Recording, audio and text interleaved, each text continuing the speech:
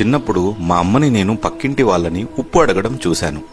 వచ్చాక అమ్మ, మన ఇంట్లో బోల్డ్ అంత ఉప్పు ఉంది కదా, నువ్వు వాళ్ళని ఎందుకు అడిగావు, వాళ్ళు మనకంటే పేదవారు కదా అని అన్నాను.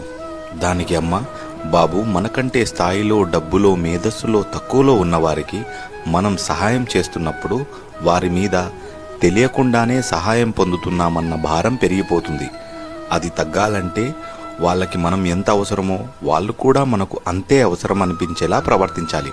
అప్పుడప్పుడు వాళ్ళకి కూడా వారికి తోచే విధంగా సాయం చేసేలా చూడాలి.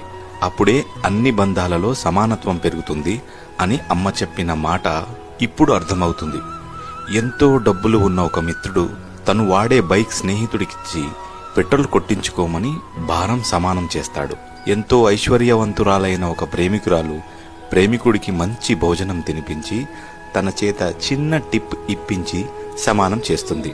ఒక తెలివైన జీవిత భాగస్వామి ఎన్నో సాధించి అవి సాధించడానికి భార్య లేదా భర్త తోడ్పాటే ముఖ్యమని చెప్పి గౌరవాన్ని పెంచుతారు.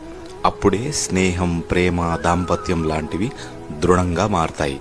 ఇలాంటి మంచి ప్రేరణ కలిగే కథలు వినాలంటే నన్ను ఫాలో చేయండి.